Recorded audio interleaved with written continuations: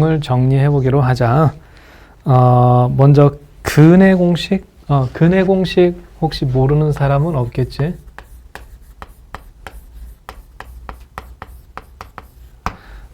이렇게 돼 있으면은 2a분의 마이너스 b, b의 제곱 마이너스 4ac 이렇게 되는 거고, 1창의 계수가 짝수인 경우가 있어.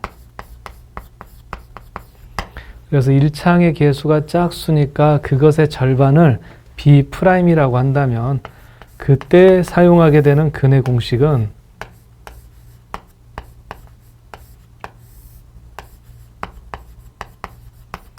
이렇게 좀 더 간편한 걸 근의 공식으로 사용할 수도 있겠다. 그리고 이 근의 공식을 보면은 루트 안에 들어있는 요 부분 있지? 이제 이거를 판별식이라고 해. 그래서 요거는 보통 D라고 하고, 여기 있는 거는 이제 4분의 D.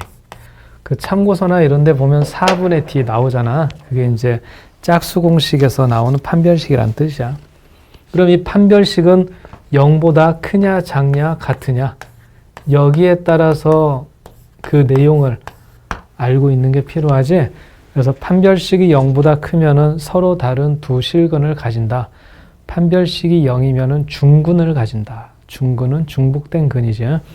그리고 판별식이 0보다 작으면 서로 다른 두 허근을 가진다.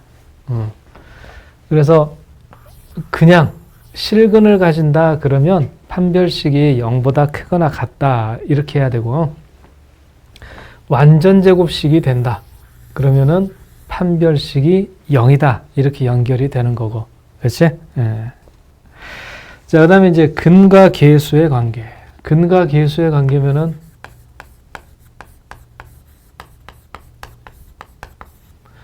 이 차 방정식의 근이 알파하고 베타라고 했을 때 두 근의 합은 마이너스 a분의 b, 두 근의 곱은 a분의 c, 이 내용을 얘기하는 거죠. 그럼 이제 이거를 역으로 이용하면은 2차 방정식을 만들어낼 수도 있어. 그래서 두 근을 알고 있으면은 1창의 계수는 두 근의 합에다가 마이너스를 한 거고, 상수항은 두 근의 곱을 상수항이라고 해가지고 거꾸로 2차 방정식을 이렇게 만들어낼 수도 있겠다. 그 다음에 이제 2차 방정식에서도 우리가 정리해야 될 게 실근의 부호. 그러니까 중학교 때는 계산하는 문제들이 많았지만 고등학교 때는 이런 이론적인 것들을 이용하는 경우가 많아. 그래서 실근의 부호, 이것도 한번 내용 정리를 해보자.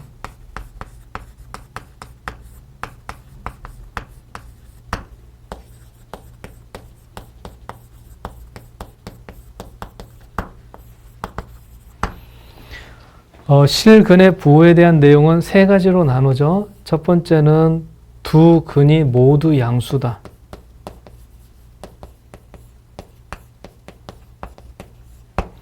그럼 그때 필요한 조건 세 가지는 판별식이 0보다 크거나 같다. 두 근의 합이 0보다 크다. 두 근의 곱이 0보다 크다. 이렇게 말이야. 두 근의 합이 0보다 크고 두 근의 곱이 0보다 크다. 설령 그렇게 나오더라도 실근을 갖지 않으면 소용이 없어. 그지? 판별식이 0보다 크거나 같지 않으면 허근일 수도 있었던 거잖아. 그래서 이 세 가지 조건이 모두 필요하다는 사실. 자, 두 근이 모두 음수인 경우도 한번 다시 확인을 해보자. 우선 판별식은 0보다 크거나 같아야 돼. 근데 두 근이 모두 음수일 때는 두 근의 합은 0보다 작고 두 근의 곱은 0보다 크다. 이제는 이렇게 돼야 돼. 곱해서 0보다 크면 부호가 서로 같은 거고, 더해서 0보다 작으니까 부호가 서로 같으면서 더해서 0보다 작다면 둘 다 음수일 수밖에 없는 거지. 그치? 자, 그럼 이제 마지막 세 번째는 뭐야? 서로 부호가 다르다.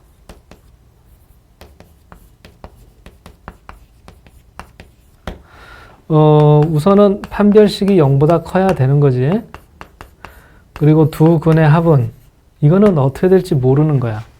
부호가 다르다고 하면은 뭐 더했을 때 0보다 클 수도 있고 작을 수도 있는 거니까. 그래서 두 근의 합은 제쳐놓고 두 근의 곱이 0보다 작아야 되겠다. 이렇게 바로 근데 여기서도 좀 더 생각을 해보자. 판별식이 0보다 크다.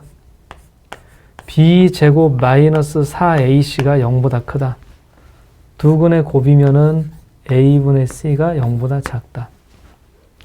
a분의 c가 0보다 작으면 a하고 c의 부호가 서로 다르다란 뜻이지.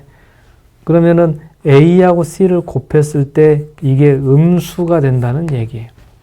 그럼 b제곱에다가 마이너스 4의 음수를 곱한 건 항상 0보다 클 수밖에 없겠다. 그래서 서로 다른 부호일 때는 판별식은 확인하지 않아도 돼.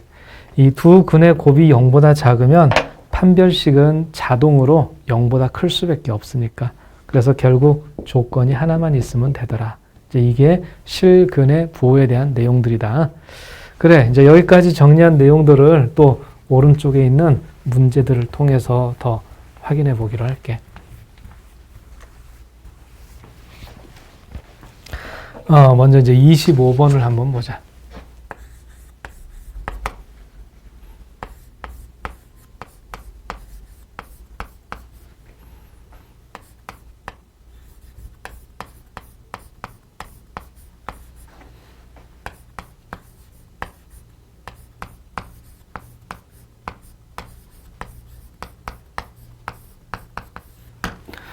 이렇게 x에 대한 2차 방정식이 있는데 조건이 두 가지를 원해.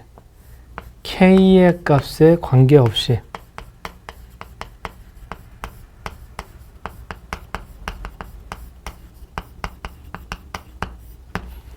중근을 가진다.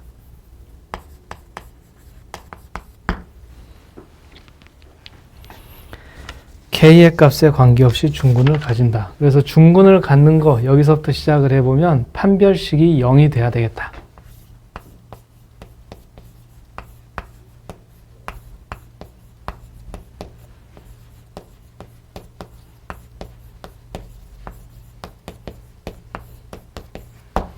판별식이 0이 돼야 중근을 가지는 거지. 그래서 한번 정리해 볼게.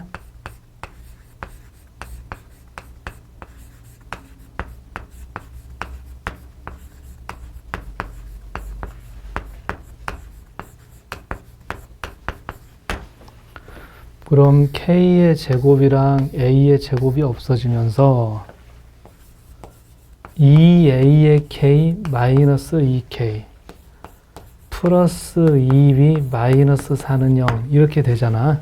중근을 가진다. 근데 여기서 k의 값에 관계없이 그럼 이거는 어떻게 되는 거냐? k에 대한 항등식이 되게 하란 얘기야. 그러니까 k에다가 뭘 집어넣어도 항상 성립하는 식이 돼야겠다. 0 곱하기 k가 0 이런 꼴이 되면은 항등식이 되죠. 그래서 여기 있는 거를 k로 묶어줘.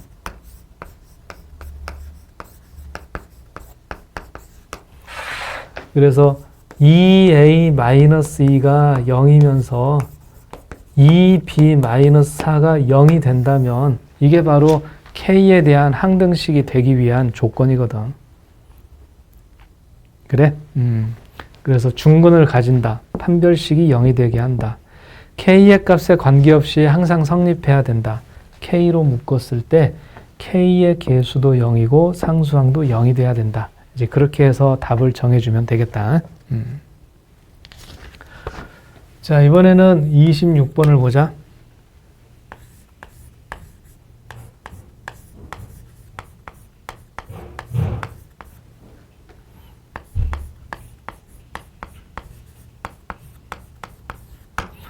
자, x에 대한 2차 방정식이 이렇게 돼 있는데 실근을 가지게 하래.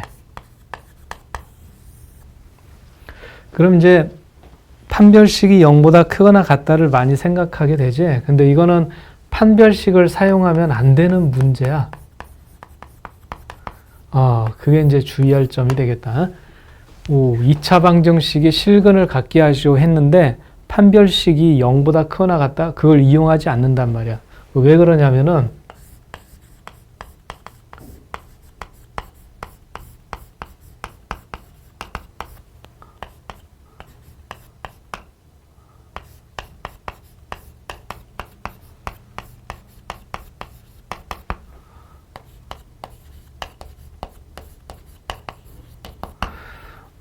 판별식을 정리를 해봤는데 허수가 되고 있어. 허수. 이 허수는 0이 되느냐 안 되느냐 그건 판단할 수 있지만 크거나 같다 또는 크다 작다 이런 부등식을 확인할 수는 없는 거거든. 그런 이유 때문에 이 문제 판별식을 사용하면 안 돼. 그럼 이제 방법이 뭐냐면 실수 부분, 허수 부분을 구분해 가지고 실근이 존재하는 것을 만들 수가 있어. 그러니까 이런 식으로 만들어. x제곱 2x 플러스 k 그리고 i가 곱해진 거는 x 플러스 3i 이렇게 말이야. 그래서 이 식이 0이 되기 위한 조건은 x제곱 플러스 2x 플러스 k가 0이면서 x 플러스 3이 0이어야 되는 거거든. 그치? 그러니까 x가 마이너스 3이어야 돼. 그래서 9 마이너스 6 플러스 k는 0이다. 이게 성립하게 하는 k가 마이너스 3일 때 비로소 실근 마이너스 3을 갖게 되는 것이다. 그렇게 되겠다. 판별식을 사용하지 못하는 경우도 있는 거다. 응?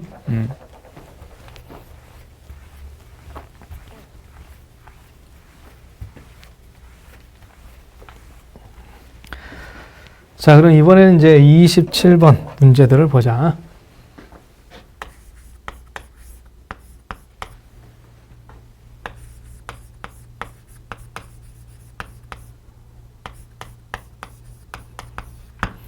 먼저 괄호 1번은 이 2차 방정식에서 두 근의 비가 3대 2 이렇게 되어 있다.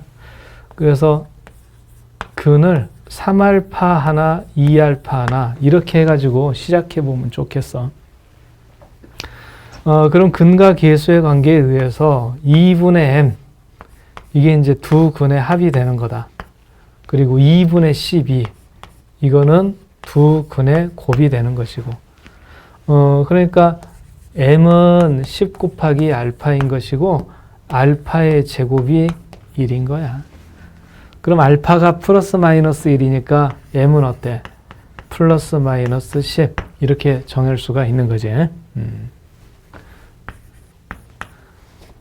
괄호 2번은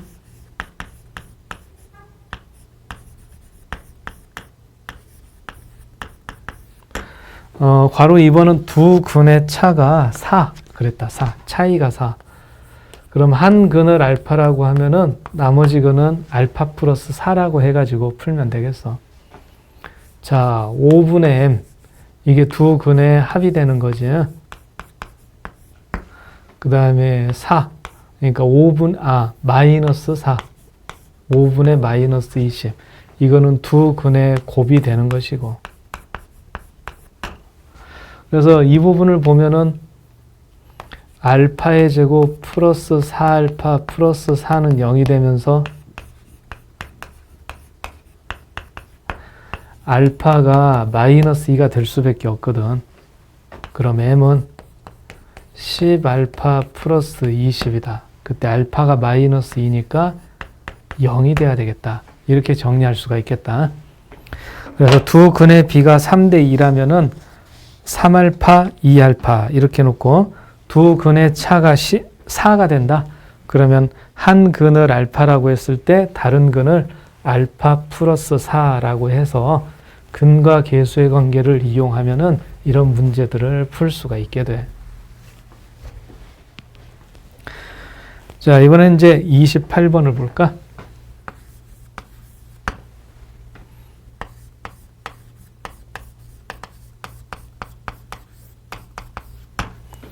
자, 이 방정식의 두 근을 알파하고 베타라고 하는데 이제 거꾸로 2차 방정식을 만드는 게 이제 되겠어. 그럼 우선 여기에서 알파 플러스 베타와 알파 곱하기 베타의 값을 만들어 놓고서 시작하자. 5하고 7이 되겠다. 그럼 이제 2차 방정식을 만든다는 거는 그 큰 원리가 뭐냐면은 두 근의 합은 마이너스 해가지고 x의 계수가 되게 하고 두 근의 곱은 상수항이 되게 한다. 이러면은 두 근을 알고 있을 때, 두 근의 합이나 곱을 알고 있을 때 방정식을 만들 수가 있게 돼. 자, 그럼 이제 괄호 1번. 괄호 1번은 알파 플러스 1과 베타 플러스 1이 근이 되게 하는 방정식을 구하시오. 그렇게 됐다. 그럼 먼저 합을 구해보자. 그러니까 알파 플러스 1하고 베타 플러스 1이 두 근이 돼야 되니까 이 둘을 더한 값을 먼저 구해보려고 그래. 그럼 알파 플러스 베타가 5라고 그랬으니까 합은 7이 되는 거고, 알파 플러스 1과 베타 플러스 1의 곱을 만들어 보면 우선 전개해 보면은 자, 이렇게 되는데 알파 곱하기 베타는 7, 알파 플러스 베타는 5란 말이야. 그래서 이게 13이 돼. 그래서 더하는 건 7, 곱한 거는 13이래. 그럼 이걸 보고서 x의 제곱 마이너스 7x 플러스 13은 0 어때? 이런 식으로 만들면 되는 거지? 그래서 중요한 거는 합과 곱이야. 합과 곱. 됐어? 그럼 이제 괄호 2번도 한번 만들어 보자. 괄호 2번은 알파 제곱과 베타 제곱을 근으로 하는 방정식을 만들어 봐라. 역시 먼저 합을 구해 볼게. 알파 제곱 플러스 베타의 제곱. 그럼 이건 곱셈 공식의 변형을 이용해서 알파 플러스 베타의 제곱에서 2알파 베타를 빼서 만들면 돼. 5의 제곱에서 2 곱하기 7을 뺀다. 그럼 25에서 14를 빼니까 11이 되는 거지.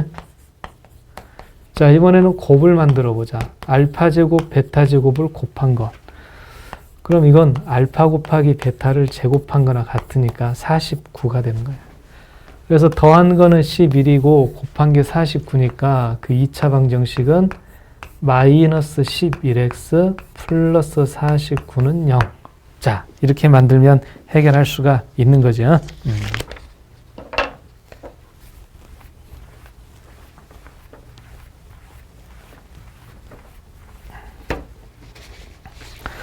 자, 이번엔 이제 29번을 보자.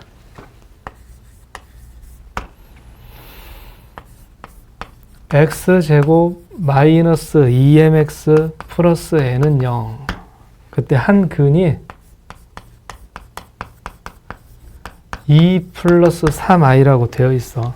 그때 이제 실수 n을 구하라 했는데 실수에다 동그라미 쳐. 굉장히 중요한 조건이야. 이 실수라는 말이 있기 때문에 켤레근을 이용해서 문제를 풀 수가 있게 돼. 켤레근을 이용할 수 없다면 직접 대입해서 풀 수밖에 없는 거거든. 근데 켤레근을 이용할 수 있다면 이런 거지. 한 근이 2 플러스 3i면 나머지 근은 반드시 2 마이너스 3i가 될 수밖에 없다. 따라서 두 근의 합은 4가 되는 거고 두 근의 곱은 2 플러스 3i와 2 마이너스 3i를 곱해서 13이라고 할 수 있단 말이야. 그러면 근과 계수의 관계에서 생각을 해보면 2 곱하기 m이 4가 되고 n은 13이 돼야 되겠다. 자, 그렇게 해서 m하고 n을 정할 수가 있게 돼. 실수 동그라미 쳐. 이 실수라는 말이 있기 때문에 켤레근을 사용할 수 있는 것이다. 자, 이제 30번을 보자.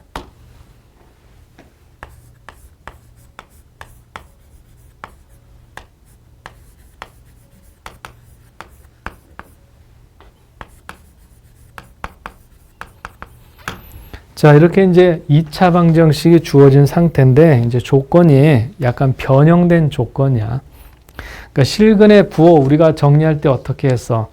두 근이 모두 양수다, 두 근이 모두 음수다, 서로 부호가 다르다, 이것들을 미리 좀 정리하고 암기하는 식으로 공부를 했었잖아. 근데 이거는 이제 좀 응용력이 필요해.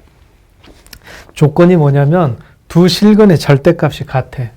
그러니까 알파하고 베타가 근이다라고 했을 때 이 둘의 절대값이 같고 그 다음에 부호가 서로 다르다. 그러니까 곱하면 0보다 작다 그 말이야. 그럼 하나가 플러스면 하나가 마이너스란 얘기잖아. 그래서 절대값은 같다, 부호는 다르다. 그 얘기는 두 근을 더한 거는 0이 된다. 이 말이 숨겨져 있어. 그래서 근과 계수의 관계에 의하면은 두 근의 곱 마이너스 m 플러스 2는 0보다 작아야 되고 두 근의 합 m 제곱 마이너스 2m 마이너스 8은 0이 돼야 된다. 이렇게 만족하는 m을 구해야 되는 거지. 그래서 우선 m이 2보다는 커야 되고 이거는 이제 2차 방정식으로 m의 값을 구해보면은 마이너스 2하고 4가 되는 게 가능하지. 근데 2보다 크다는 조건을 생각하면은 4만 m의 값이 될 수 있는 것이다. 그렇게 되겠어. 자, 그래서 이번에는 2차 방정식 내용 이렇게 좀 꼼꼼하게 정리해 놓도록 하자.